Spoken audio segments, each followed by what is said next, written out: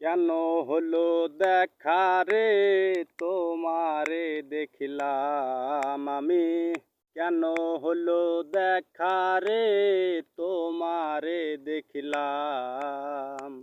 যারে আমি যারে আমি যারে আমি একেবারে হারাইলাম এই জীবনে, যারে আমি একেবারে হারাইলাম।